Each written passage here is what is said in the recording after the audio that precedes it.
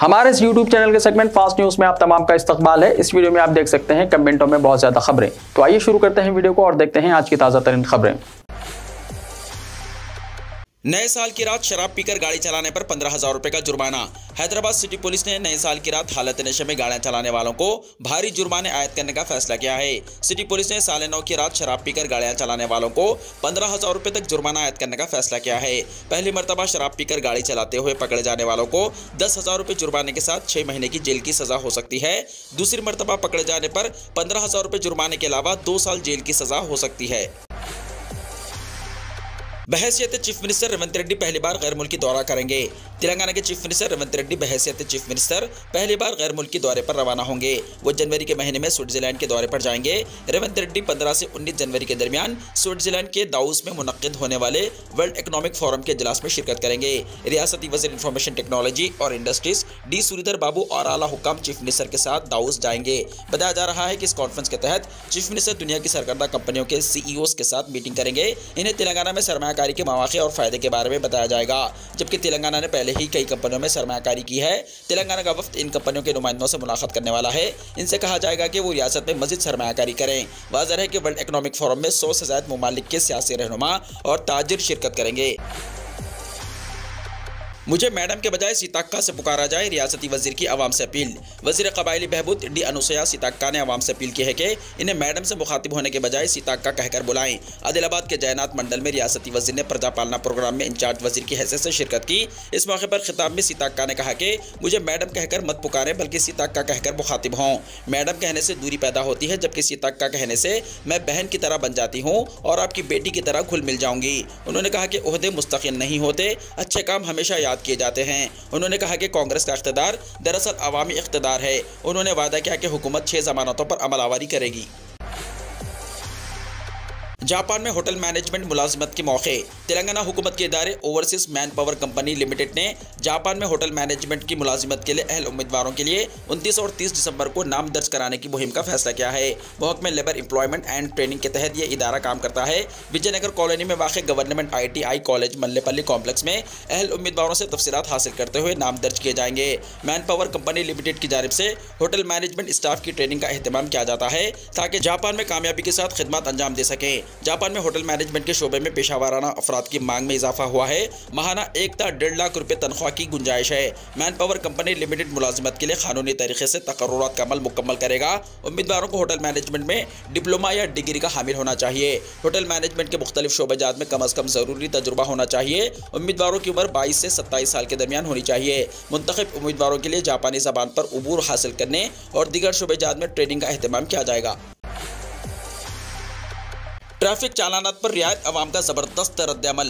Pending चालानात पर दी जाने वाली रियायत को ज़बरदस्त अवामी रद्दअमल हासिल हो रहा है। ताहल रियासतगीर सतह पर 9,61,000 चालानात की अदायगी के जरिए 8 करोड़ 44 लाख रुपए की वसूली हुई। हैदराबाद के हुदूद में 3,54,000 चालानात की अदायगी के जरिए 2 करोड़ 62 लाख रुपए, साइबराबाद कमिश्नरेट के हुदूद में 1,82,000 चालानात की अदायगी के जरिए 1,80 करोड़ रुपए और रच्चाकुंडा कमिश्नरेट के हुदूद में 93,000 चालानात की अदायगी के जरिए 76,79,000 रुपए गाड़ी सवारों ने अदा किए। गाड़ी सवारों की जानिब से चालानात की रकम की अदायगी के लिए ट्रैफिक वेबसाइट खोलने की वजह से सर्वर डाउन होने या वेबसाइट के हैंग होने की शिकायत वसूल हो रही है। 1 जनवरी से कुल हिंद सनती नुमाइश का आगाज़, तमाम तैयारियां मुकम्मल। ऑल इंडिया सनती नुमाइश के इनेकाद के लिए तमाम तैयारियां आखिरी मराहिल में पहुंच गई हैं। नुमाइश सोसाइटी के ज़ेर एहतमाम 1 जनवरी को नामपल्ली नुमाइश मैदान में 83वीं नुमाइश के इफ्तिताह के लिए बड़े पैमाने पर इंतजाम किए जा रहे हैं। इस नुमाइश में मुल्क के मुख्तलिफ रियासतों की अशिया यानी प्रोडक्ट्स के साथ तेलंगाना और आंध्र प्रदेश रियासतों के कई सरकारी और खानगी स्टॉल्स लगाए जा रहे हैं। ये नुमाइश 15 फरवरी यानी 46 दिन तक जारी रहेगी। वज़ीर आला रेवंत रेड्डी के हाथों से नुमाइश का इफ्तिताह करने के इंतजाम किए जा रहे हैं। नुमाइश में तकरीबन 2,400 स्टॉल्स लगाए जा रहे हैं। नुमाइश की खुसूसियत यह है कि यहाँ एक ही जगह पर हर किस्म की अशिया आवाम को दस्तियाब रहेगी, जहाँ पर कई रियासतों के प्रोडक्ट्स मौजूद रहेंगे जो शहर हैदराबाद में दस्तियाब नहीं है। मसलन मलबूसात, बिस्तर, बावर्ची खाने की अशिया, खवातीन के लिए खाना पकाने के मुख्तलिफ बर्तन और दीगर अशिया, खुश्क मेवाजात के साथ साथ इलेक्ट्रॉनिक अशिया, मुख्तलिफ अक़साम के नए फर्नीचर के अलावा दीगर अशिया भी दस्तियाब रहेंगे। नुमाइश सोसाइटी के खाजिन ए राजेंद्र कुमार ने बताया कि नुमाइश में दाखिला फीस 40 रुपये मुकर्रर की गई है। उम्मीद की जा रही है कि इस मरतबा 22 लाख अफराद नुमाइश का मुशाहिदा करेंगे। अवाम को तमाम सहूलतें फराहम करने के अलावा इन्हें मसाइल से बचाने के लिए हर मुमकिन कोशिश की जा रही है। सीसी कैमरों के जरिए निगरानी रखी जाएगी। नुमाइश पहुंचने वाले अवाम को गोशा महल और गांधी भवन के गेट्स पर मेटल डिटेक्टर से होकर गुजरना पड़ेगा। हर साल की तरह इस साल भी नुमाइश के लिए पहुंचने वालों के लिए मुख्तलिफ सकाफती प्रोग्राम्स का इनेकाद किया जा रहा है। खेलों के मुकाबले, तफरीही प्रोग्राम्स कराए जाएंगे। नायब सदर नुमाइश सोसाइटी वी सत्या इंदर ने कहा कि नुमाइश के कामयाब इनेकाद और अवाम को सहूलतें फराहम करने और फौरी मसाइल की यकसुई के लिए 33 ज़ैली कमेटियां तश्कील दी गई हैं। हैदराबाद में 2 पुलिस इंस्पेक्टर्स मुअत्तल। साइबराबाद कमिश्नरेट के 2 इंस्पेक्टर्स को मुअत्तल कर दिया गया। आपसी झगड़े के मामले में शोहर को पुलिस स्टेशन तलब करते हुए ज़दोकोब करने के इल्जाम में Kukatpally housing board police station के इंस्पेक्टर वेंकट को मुअत्तल किया गया। कमिश्नर पुलिस अविनाश मोहंती ने इंस्पेक्टर को मुअत्तल कर दिया। इसी तरह एक और मामले में फराइज की अंजामदही में लापरवाही बरतने के इल्जाम का सामना करने वाले एयरपोर्ट पुलिस स्टेशन के इंस्पेक्टर श्रीनिवास को भी मुअत्तल कर दिया गया। नीलोफर हॉस्पिटल में नौज़ादा कोरोना से मुतासिर हो गई। नीलोफर हॉस्पिटल में एक नौज़ादा कोरोना से मुतासिर हो गई। इस हॉस्पिटल की सुपरिटेंडेंट उषा रानी ने कहा कि हॉस्पिटल में 9 महीने की नौज़ादा इस वबा से मुतासिर हुई है। उन्होंने कहा कि कोरोना से मुतासिर होने वाले नौज़ादा बच्चों को अलग थलग रखते हुए उनका इलाज करने के लिए 20 बिस्तरों पर मुश्तमिल खुसूसी वार्ड बनाया गया।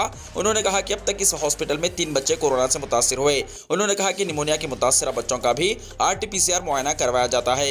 हॉस्पिटल में रोजाना तकरीबन 50 से 60 नमूने हासिल किए जाते हैं। इनमें से अब तक सिर्फ 3 मामलात ही मुस्बित सामने आए हैं। उन्होंने कहा कि नौज़ादा बच्चों में हल्की अलामत कोरोना की आ रही हैं।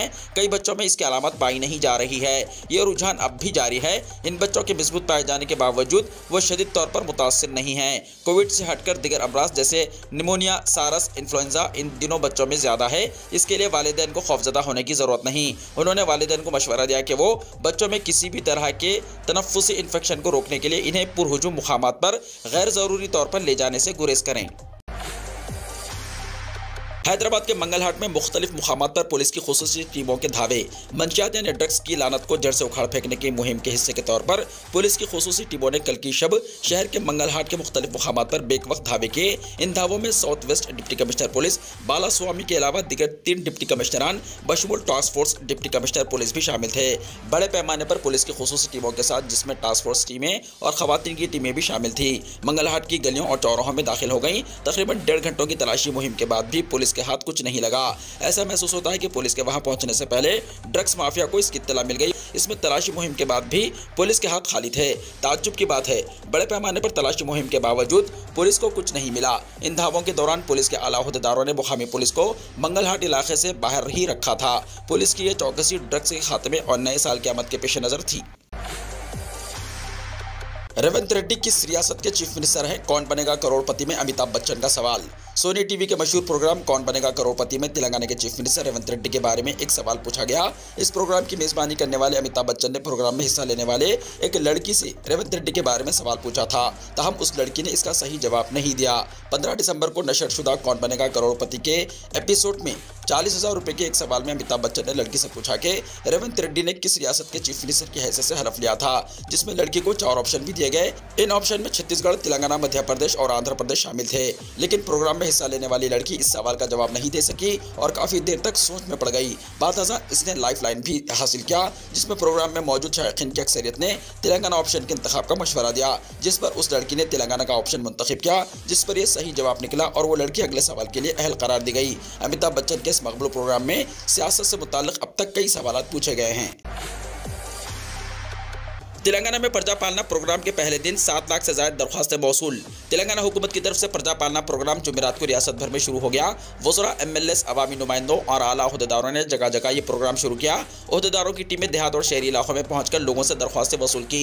चीफ सेक्रेटरी शांति कुमारी ने कहा कि पहले दिन 7,46,414 दरख्वास्तें मौसूल हुई, जिनमें दही इलाकों से 2,88,711 दरख्वास्तें मौसूल हुई और शहरी इलाकों से 4,57,703 लोगों ने दरख्वास्तें दी। जुमेरात की शाम प्रजा पालना पर जिले कलेक्टरों के साथ टेलीकॉन्फ्रेंस की गई। अफसरान अवाम को दरख्वास्त फॉर्म मुफ्त दे और इंतबाह दिया गया कि अगर इन्हें फरोख्त किया गया तो सख्त कार्रवाई की जाएगी। ताहम इस प्रोग्राम के पहले दिन कई जगहों पर अवाम को परेशानियों का सामना करना पड़ा। कई जगहों पर दरख्वास्त फॉर्म की किल्लत देखी गई। इसके अलावा जेरोक्स सेंटर्स के मालिकान ने भी हर दरख्वास्त फॉर्म जेरोक्स के लिए 30 रुपये तक वसूल किए। लोकसभा इलेक्शन में क्या मजलिस और बीआरएस में इत्तेहाद होगा? लोकसभा इलेक्शन में मजलिस इत्तेहादुल मुस्लिमीन और भारत राष्ट्र समिति में इत्तेहाद होगा या नहीं, ये सवाल अब सियासी हलकों के अलावा अवाम के दरमियान गश्त करने लगा है। असदुद्दीन ओवैसी ने इस सिलसिले में अखबारी नुमाइंदों के सवाल का जवाब देते हुए कहा कि यह कहना कब्ल अज़ वक्त होगा, क्योंकि अभी लोकसभा इलेक्शन के मुताल्लिक कुछ कहा नहीं जा सकता और सूरत हाल गैर यकीनी है। असदुद्दीन ओवैसी ने राम मंदिर की इफ्तिताई तकरीब में शिरकत के मुताल्लिक दावतनामा मिलने के सवाल का जवाब देते हुए कहा कि सवाल ही पैदा नहीं होता और अगर इन्हें दावत दी भी जाती है तो वो इस जगह नहीं जाते। उन्होंने वाज़ेह किया कि मंदिर ही नहीं बल्कि अगर बाबरी मस्जिद की जगह राम मंदिर बनाने के फैसले के साथ मुतबादिल जगह नाम निहाद मस्जिद के लिए फराहम की गई है, इसकी इफ्तिताई तकरीब में भी वो शिरकत नहीं करेंगे। उन्होंने बताया कि वो जानबूझकर इसे नाम निहाद मस्जिद कह रहे हैं क्योंकि तमाम मकातिब फ़िक्र से ताल्लुक़ रखने वाले जिम्मेदार उलमा ने यह कहा है कि इस जगह नमाज नहीं होगी जो मस्जिद के इवज़ मुतबादिल फराहम की गई है। MP हैदराबाद ने कहा कि सुप्रीम कोर्ट के फैसले से उन्होंने इख्तिलाफ किया है और वो अपने मौक़िफ़ पर बरकरार हैं, इसीलिए अक़ीदे की बुनियाद पर फैसले की वो मुवाफ़क़त नहीं कर सकते। बैरिस्टर ओवैसी ने लोकसभा इलेक्शन में बीआरएस से इत्तेहाद के सिलसिले में जो मौक़िफ़ इख्तियार किया है इसके मुताल्लिक़ कहा जा रहा है कि उनकी जमात ने अभी इस पर कोई फैसला नहीं किया, जबकि गुज़िश्ता महीने असेंबली इंतखाबात में सदर मजलिस ने बीआरएस से इंतखाबी मुफाहिमत का ऐलान करके कहा था कि रियासत में जहां मजलिस के उम्मीदवार नहीं हैं वहां बीआरएस को वोट दिया जाए। इलेक्शन के बाद बीआरएस सरबराह के चंद्रशेखर राव की बेटी के कविता ने अयोध्या में ज़ेर तामीर राम मंदिर को करोड़ों हिंदुओं के ख्वाब की ताबीर करार दिया था और कहा था कि मंदिर की तामीर की तकमील मुल्क भर के हिंदुओं का ख्वाब है जो पूरा होने जा रहा है। बीआरएस के राम मंदिर के मुतालिक मौक़िफ़ और मजलिस के मौक़िफ़ में तज़ाद के बाद इस्तिफ़सार किया जा रहा है कि बीआरएस और मजलिस में क्या अब भी इंतखाबी मुफाहिमत बरकरार रहेगी या दोनों सियासी जमातों की जानिब से इत्तेहाद को ख़त्म कर दिया जाएगा। कर्नूल जनरल अस्पताल में कोरोना की नई शक्ल के दो नए मामलात। कर्नूल जनरल अस्पताल में कोरोना की नई शक्ल के दो नए मामलात सामने आए हैं, जिसके पेश नज़र डॉक्टर्स और माहिरीन ने त्योहारों के सीज़न में एहतियात और चौकस रहने की आवाम से ख्वाहिश की है। माहिरीन ने आवाम पर जोर दिया कि वो मास्क का इस्तेमाल करें। इन दो नए मामलात के सामने आते ही रियासती महकमा सेहत चौकस हो गया है। अस्पतालों में कोरोना के मामला से निपटने के लिए खुसूसी वार्ड्स बनाए गए हैं। मरकज़ की हिदायत की बुनियाद पर रियासत भर में कोरोना के मुआयनों की तादाद में इजाफा भी किया गया है। हम सही वक्त पर फैसला लेंगे, कांग्रेस ने राम मंदिर प्राण प्रतिष्ठा में शिरकत से मुताल्लिक दी जानकारी। राम मंदिर की इफ्तिताह की तैयारियां जोरों शोर से जारी हैं। इसके लिए पोजीशन के कई रहनुमाओं को दावतनामे भी भेजे जा रहे हैं, लेकिन अभी तक ये वाज़ेह नहीं है कि गांधी खानदान का कोई फर्द इसमें शरीक होगा या नहीं। लेकिन अब इस मामले में बड़ी खबर सामने आई है। खबर रिसाई एजेंसी ने इत्तला दी है कि कांग्रेस सदर मल्लिकार्जुन खड़गे और कांग्रेस पार्लिमानी पार्टी की सदर सोनिया गांधी को 22 जनवरी 2024 को अयोध्या में राम मंदिर की इफ्तिताह की तकरीब में शिरकत का दावतनामा मौसूल हुआ, लेकिन इस बारे में सूरत हाल वाज़ेह नहीं है कि आया वो इसमें शिरकत करेंगे या नहीं। राम मंदिर प्राण प्रतिष्ठा के लिए दावतनामा मौसूल होने पर पार्टी ने कहा कि इफ्तिताह में शिरकत के बारे में अभी कोई फैसला नहीं किया गया है। जयराम रमेश ने बताया कि मुनासिब वक्त पर फैसला लिया जाएगा और आप सबको मुतल्ला किया जाएगा। ताखिर से ITR फाइल करने के लिए टैक्स दहिंदगान को 31 दिसंबर तक का वक्त। 31 दिसंबर की तारीख उन टैक्स दहिंदगान के लिए बहुत अहम है जो मौजूदा माली साल 2023-24 और असेसमेंट साल 2023-24 के लिए 31 जुलाई तक इनकम टैक्स रिटर्न यानी ITR फाइल नहीं कर सके हैं। ऐसे टैक्स दहिंदगान 31 दिसंबर तक ITR फाइल कर सकते हैं। महकमा इनकम टैक्स ने एक बयान में कहा कि 31 दिसंबर 2023-24 के तशख़ीसी साल के लिए ताखिर या नज़रसानी शुदा इनकम टैक्स गोशवारे जमा कराने का आखिरी मौका है। महकमा ने टैक्स दहिंदगान को मशवरा दिया है कि वो मौजूदा माली साल 2023-24 और तशख़ीसी साल 2023-24 के लिए ताखिर से ITR से मुताल्लिक़ मालूमात के लिए incometax.gov.in विजिट करें। हुकूमत ने अरहर दाल पर दरामदी ड्यूटी की छूट को मार्च 2025 तक बढ़ा दिया। मरकज़ी हुकूमत ने दालों की बढ़ती हुई कीमतों पर काबू पाने के लिए सख्त कदम उठाए हैं। अरहर यानी तूर दाल पर लागू दरामदी ड्यूटी छूट मार्च 2025 तक बढ़ा दी गई है। इस हुक्म के बाद इन दोनों दालों की दरामद पर 31 मार्च 2025 तक कोई ड्यूटी अदा नहीं करनी पड़ेगी। जुमेरात को directorate general of foreign trade की तरफ से जारी करदा नोटिफिकेशन के मुताबिक अरहर और दाल पर दी गई छूट को 31 मार्च 2025 तक बढ़ा दिया गया है।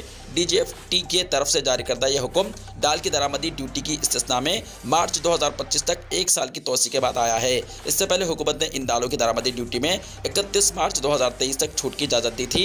दाल की दरामद पर यह छूट भी 31 मार्च 2024 तक थी, जिसे हाल ही में 31 मार्च 2025 तक बढ़ा दिया गया है। ताहम हुकूमत ने 3 खाम खुर्दनी तेलों पाम, सोयाबीन और सूरजमुखी के तेल पर मौजूदा दरामदी ड्यूटी के ढांचे में कोई तब्दीली नहीं की है। अब दरामद कुनिंदगान बगैर किसी मकदारी पाबंदी के किसी भी मकदार में उर्द और तुवार दरामद कर सकते हैं। काबिल जिक्र है मरकजी हुकूमत का मकसद घरेलू सप्लाई को बढ़ाना है और कीमतों को कंट्रोल में रखना है। हुकूमत आटे, दालों और फिर चावल की कीमतों में मुसलसल कमी की कोशिश कर रही है। हुकूमत और आम लोग ताहाल दालों की कीमतों से परेशान हैं। दालों की पैदावार कम होने की वजह से कीमतों में मुसलसल इजाफा हो रहा है। पेट्रोल और डीजल की कीमतों में भारी कमी का इम्कान, आम इलेक्शन से पहले अवाम को मिल सकती है बड़ी राहत। हुकूमत की जानिब से अवाम को बड़ी राहत दिए जाने से मुताल्लिक फैसला लिए जाने की इत्तलात हैं। नेशनल मीडिया की खबरों के मुताबिक अनक़रीब पेट्रोल और डीजल की कीमतों में भारी कमी की जा सकती है। ईंधन की कीमतों में 6 से 10 रुपये की कमी का इम्कान है। मालूम हुआ है कि इंटरनेशनल मार्केट में खाम तेल की कीमतों में कमी आई है। इसका फायदा अवाम को दिया जाएगा। ज़रा के मुताबिक पेट्रोल और डीजल की कीमतों में कमी के लिए मरकजी हुकूमत ऑयल कंपनियों से बातचीत कर रही है ताकि आने वाले दिनों में अवाम को राहत मिल सके। हालांकि अभी तक इस सिलसिले में कोई सरकारी बयान जारी नहीं किया गया है और न ही किसी तारीख का ऐलान किया गया है, लेकिन ये अंदाजा लगाया जा रहा है कि बहुत जल्द ये फैसला लिया जा सकता है। इस सिलसिले में सियासी मुबस्सिरीन का कहना है कि आम इंतखाबात से पहले मरकजी हुकूमत अवाम की तवज्जो हासिल करने के लिए ये फैसला ले सकती है। ईंधन की कीमतों में कमी की खबरों की हुकूमत की जानिब से तरदीद नहीं की गई, जिससे इस बात का इशारा मिलता है कि कीमतों में कमी पर गौर किया जा रहा है। कई साल से बंद मकान से 5 इंसानी ढांचों की दस्तयाबी से सनसनी, रियासत कर्नाटका में अजीबोगरीब वाक़या। साल 2019 से बंद एक मकान में एक ही खानदान के 5 अफराद के इंसानी ढांचों की दस्तयाबी से सनसनी फैल गई है। यह अजीबोगरीब वाक़या रियासत कर्नाटका के चित्रदुर्गा जिले में पेश आया। शुबा किया जाता है कि मरने वाले retired government executive engineer Jagannath Reddy उम्र 85 साल, उनकी बीवी प्रेमा उम्र 80 साल, बेटी त्रिवेणी उम्र 62 साल और बेटों कृष्णा 60 साल और नरेंद्र 57 साल के हो सकते हैं। मुकामी अफराद के मुताबिक इस खानदान को आखिरी मरतबा साल 2019 में देखा गया था। तब से मकान बंद था। यह खानदान अपने रिश्तेदारों से अलग थलग जिंदगी गुजार रहा था और वो सेहत के मसाइल से भी दो चार था। घर हमेशा बंद रहता था। आज मुकामी अफराद की शिकायत पर पुलिस ने वहां पहुंचकर दरवाजा तोड़ा तो वो हैरतज़दा रह गए, क्योंकि एक कमरे में बिस्तरों पर 2 और फर्श पर 2 अफराद के ढांचे पाए गए, जबकि एक और शख्स का ढांचा दूसरे कमरे में दस्तयाब हुआ। इनकी मौत पर राज के पर्दे पड़े हुए हैं। तहम इब्तदाई तहकीकात में इस बात का शुबा किया जा रहा है कि शायद खराबी सेहत की वजह से इस खानदान की मौत हुई और काफ़ी अरसे से मकान बंद रहने की वजह से नाश मस्क होने के बाद ढांचों में तब्दील हो गई। पुलिस ने फोरेंसिक के माहिरीन को तलब कर लिया है। मज़ीद तफसीलात का इंतजार है। दिल्ली समेत 5 रियासतों में कोहरे का रेड अलर्ट हुआ जारी। मुल्क की शुमाली रियासतों में आइंदा 2 रोज तक घनी धुंध छाए रहने का इम्कान है।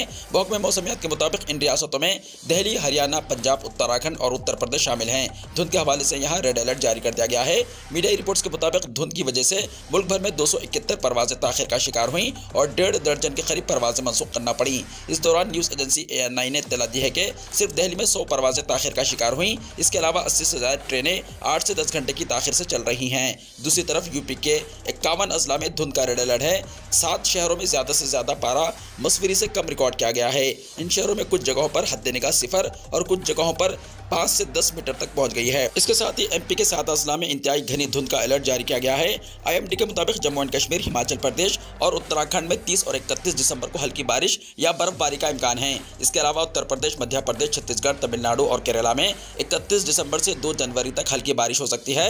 उत्तर प्रदेश में घने स्मोक की वजह से सड़क हादसात में 12 अफराद हलाक हो गए हैं।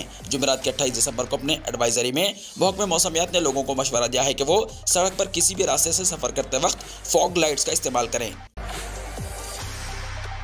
इसरो आइंदा 5 साल में 50 जासूसी सैटेलाइट करेगा लॉन्च। चीन और पाकिस्तान की हर हरकत पर रखेगा नजर। मुल्क की सिक्योरिटी पर गहराई से नजर रखने के लिए हिंदुस्तान आइंदा 5 सालों में 50 जासूसी सैटेलाइट्स लॉन्च करने का इरादा रखता है। इन जासूसी सैटेलाइट्स के जरिए हिंदुस्तान के सरहदी इलाकों में हो रही दहशतगर्दाना सरगर्मियों और खुफिया जानकारी हासिल करने में मदद मिलेगी। ISRO chief doctor S Somnath ने कहा कि हमारी कोशिश रहेगी कि हम इन 5 सालों में सभी 50 सैटेलाइट्स को लॉन्च करें, जिससे दुश्मन ममालिक की हर एक हरकत पर नजर रखी जा सके। साइंस की दुनिया में हिंदुस्तान लगातार अपने कदम बढ़ा रहा है। तेजी से बढ़ते हिंदुस्तान को कई पड़ोसी ममालिक से खतरे का सामना करना पड़ रहा है। सभी तरह के खतरात को देखते हुए अब हिंदुस्तानी खलाई तहकीकी इदारे ने एक और बड़े प्रोजेक्ट पर काम करना शुरू कर दिया है। इसरो चीफ सोमनाथ ने जानकारी दी है कि हिंदुस्तान खुफिया जानकारी जमा करने के लिए आइंदा 5 सालों में 50 सैटेलाइट्स को लॉन्च करने का हदफ रख रहा है। साल 2023 में कितने हिंदुस्तानियों ने उम्र अदा किया, सऊदी हुकूमत ने दी जानकारी। कुल 18 लाख हिंदुस्तानी मुसलमानों ने 2023 में उम्र अदा किया। तादाद के लिहाज से उम्र अदा करने वालों में हिंदुस्तानियों का नंबर तीसरा है। सऊदी अरब के सरकारी ओहदेदारों ने यह जानकारी दी। मुल्क की तरफ से जारी करदा एक सरकारी बयान के मुताबिक हुक्काम ने कहा कि वो तादाद में सालाना इजाफे की तवक्को करते हैं। ओहदेदारों ने बताया कि हिंदुस्तानी मुस्लिम उम्रा करने वाले ममालिक में तीसरे नंबर पर हैं, जिनकी तादाद 18 लाख तक पहुँच गई है। 1 जनवरी को दुनिया की आबादी 8 अरब से बढ़ जाएगी। अमेरिका के मरदमशुमारी के इदारे ने कहा कि दिसंबर के अख्ताम पर जब नए साल का सूरज तुलू होगा तो दुनिया की आबादी 8 अरब के हिस्से को अबूर कर चुकी होगी। मरदमशुमारी के अमेरिकी ब्यूरो की जारी करदा इदाद-ओ-शुमार में बताया गया है कि गुजरने वाले साल के दौरान दुनिया की कुल आबादी में 7.5 करोड़ नफूस का इजाफा हुआ था और अब जब इंसान नए साल में कदम रखेगा तो कुर्रे अर्ज पर इसके साथ 8 अरब से ज्यादा लोग मौजूद होंगे। गुजरने वाले साल में दुनिया की आबादी में इजाफे की मजमूई शरह 1% से कुछ ही कम थी। आबादियत के माहिरीन का अंदाजा है कि सन 2024 में दुनिया भर में हर एक सेकंड में 4.3 बच्चे पैदा होंगे जबकि 2 अमवात होंगी। इस तरह हर एक सेकंड में आबादी में 2.3 नई जिंदगियों का इजाफा होगा। इस साल अमेरिका में आबादी में इजाफे की शरह निस्फ फीसद से कदरे ज्यादा यानी 0.53% रही। इसी तरह दुनिया में आबादी बढ़ने की शरह में भी कमी आई और ये 0.88% है। वीडियो को लाइक शेयर कीजिए और हमारे इस YouTube चैनल को सब्सक्राइब करते हुए इसके बेल आइकॉन को भी प्रेस कर लीजिए ताकि ऐसी ही ताज़ा तरीन खबरें आइंदा भी आपको मिलती रहें।